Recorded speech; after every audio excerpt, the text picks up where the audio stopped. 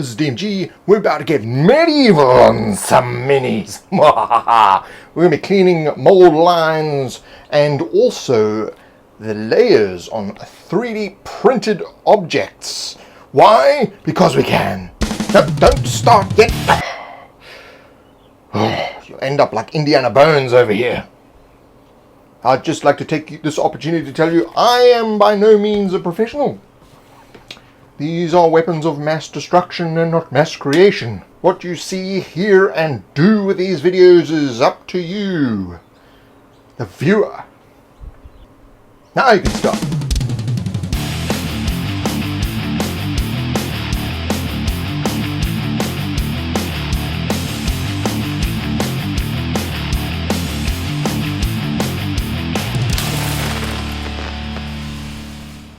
Right, that's enough rhubarb. Cleaning mold lines and 3D print layers. So, when you grab minis from somewhere, this one's from like 1992, you get these mold lines and little bits of things that come off the sprue. And of course, traditionally one would use some sort of file to stuff up the mini. Or you would use some kind of craft knife. This is actually a pen knife, which oftentimes my wife tries to write something with it and slices open all manner of stuff. Of course, when I say my wife, I mean me. And of course, that is really sharp and super dangerous. So I have decided to use this special implement I found for $10, and that is an engraving tool. Of course, you can use dental drills if you can steal one from a dentist. So it's just a very small oscillating spinning thing on the end of a prong that you then just use to file very rapidly down that piece of extra sprue. And of course you can do the mold lines as well. Now of course people are going to go, isn't that going to stuff up the model? Well, it does create a little bit of fur, so what you want to do is brush that off. So you just first get off as much as you can and try to keep it as smooth as possible, and then just use a stiff paintbrush. I've got plenty of those because I never keep my paintbrushes any kind of good nick, and get rid of the excess. Now you can see the one on the one side and none on the other side. So again, just to demonstrate, you know, this is what it looks like. And once actually paint is applied, it doesn't really make that much of a difference. But of course, you do want to brush it with a stiff brush first. You could rub it with your finger if you want. But really the brush helps to get rid of all the little particles from when you've been using it. So I'm just going to apply some paint here. And we'll just do some black for some undercoating, and we'll see how paint applies to this. And I'll do a little bit of a dry brushing over the top so you can get an idea of what sort of texture shows through. Now, I'm by no means a professional painter, so if my technique is somehow flawed, it is flawed. Thank you very much. No more comments. So just applying a little bit of dry brush to the edge there, and you can see it's still relatively smooth. It doesn't really show through any of the lines that were there. Now, just so we go through with the 3D printing, I'm just going to see how easily the paint rubs off on this, because we're going to do a test on a 3D printed model to see how the plastic in that holds paint. So, speaking of 3D models, this is from Hobgoblin 3D. They sent me a whole package. You can see my review of this in another video. And you can see in the stem of this pedestal, you can see the 3D print layers. And you can see it even more clearly underneath the pedestal top here. You can see those sort of layers of the 3D printing material. So here I'm going to be using that engraving tool to attempt to flatten out those layers, and so it'll just make it visually more appealing. So I'm just doing this as an experiment. People do not need to throw tomatoes at me, even though I like tomatoes. Tomatoes are delicious. Tomatoes Oh, gotta love something. Oh, yes, back to the brushing. So yes, brush off all the excess little bits that will come off in this process.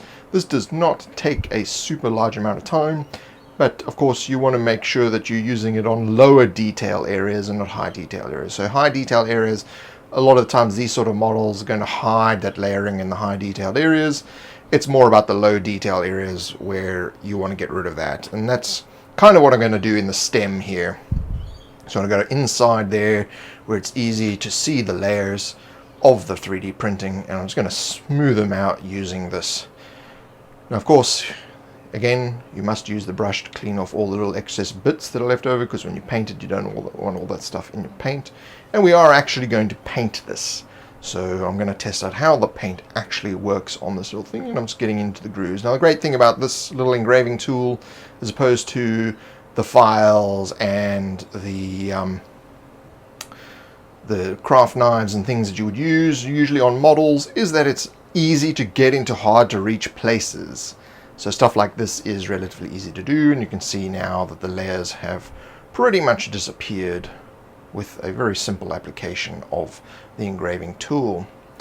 Or of course dentist drill if you can afford something like that, but this was $10. So I have just black bombed, see video 3 in my main series, and I'm just doing the rub test to see if any of this paint is going to come off. This is standard spray paint, and as you can see, it is not actually coming off this 3D printed unit. So I'm going to start with a layer of brown. We're going to make this a bronze pedestal. So people are going to, why are you starting with brown? You will see why shortly. So we're doing a little bit of layering here. Doesn't matter if you have missed some spots in terms of the black, that is perfectly fine. In fact, if the brown doesn't go on completely, that is actually better, because it's going to look a little bit old and used. We're not going to go put any verdigris on here. You can find some other way to do that. I'm sure there's some painting channels that will be able to show you how to do verdigris on bronze objects. So here we go. You see, we're not doing 100% coverage. We're leaving some spots with the black showing through. So I did not black bomb underneath, so that's why the green plastic is showing through. So now what I'm going to do, I'm going to dry brush on some yellow. Excuse the focus in these videos. So I'm just picking up a lot of the detail with the yellow. And you're still thinking to yourself, why on earth, if he's doing bronze, is he doing this? It all will become very clear very soon. So we're picking up a lot of the detail here with the yellows. This is highlighting the model, really showing off all the little bits that have been 3D printed. And of course, this is why you want to get rid of those layers, because when you do this sort of thing, the layers will be picked up, and you know, it won't look as smooth and as interesting as it should. Not to mock the creation of the unit. Is a very nice little 3D printed unit. And now we're just going to use bronze, and I'm dry brushing on bronze. So what this is going to do is going to give it a bit of a bronze sheen over everything, just a little bit. And so that's going to give it that metallic look that we're going for, and all the other bits and pieces are what's giving it that aged appearance. So we're not just going to stop there. We're going to dry brush the whole thing. And so even this little skulls and all that kind of stuff is going to be bronze. As you can see, it's looking pretty good at this stage, but we want to go a little bit further. So again, we're not seeing any of those layers in the stem. And actually, it's quite a good little technique for coins as well. If you're going to do coins, this actually will look quite good for the copper and bronze coin look. So now I'm just going to apply straight bronze onto little pieces, basically highlighting with a very old manky brush. I'm not going to be using any kind of super professional tools here. It's just a little old brush. You can see it's quite mangled. So I'm not going for super high detail here. I'm just applying bronze to all the little bits that I want to highlight. And so just applying it straight. And you see it's just, again, picking up the extra highlights, which enhances the metallic look of the piece. So we'll just go through and finalize all of that, and we'll brush onto the top as well. So you've got both rounds there. You'll see the black is showing through. That's why we didn't go overboard with the brown. So the black at the top of the pedestal there is showing the groove, which is great. And then you've got your yellow has helped with the highlighting. And that's what it looks like when it's dry. So nice and metallic looking, and you can't see any of those layer lines, which is exactly what I was going for.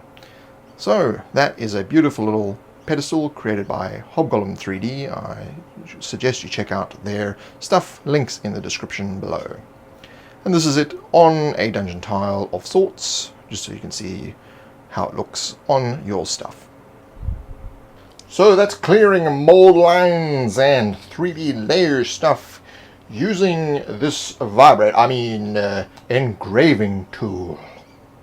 So if you like this video, like button! You can also check out my new channel, 7D System, the art, technology, and something or other about role-playing games. There's some demo games and treacherous traps on Tuesdays, new monsters, and of course, how to play role-playing games in general. See you in that one. Subscribe to this one if you want to be notified of new videos. Hit the bell! Ding! And you will receive notifications when new videos on this channel come out. Like button! We'll see you in the next one.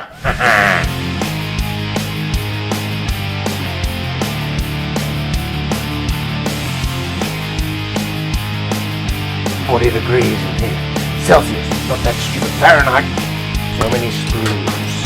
So many sprues. So many sprues. We got a lot of sprues. Do a thing about sprues. How do you sprues? Expruse me.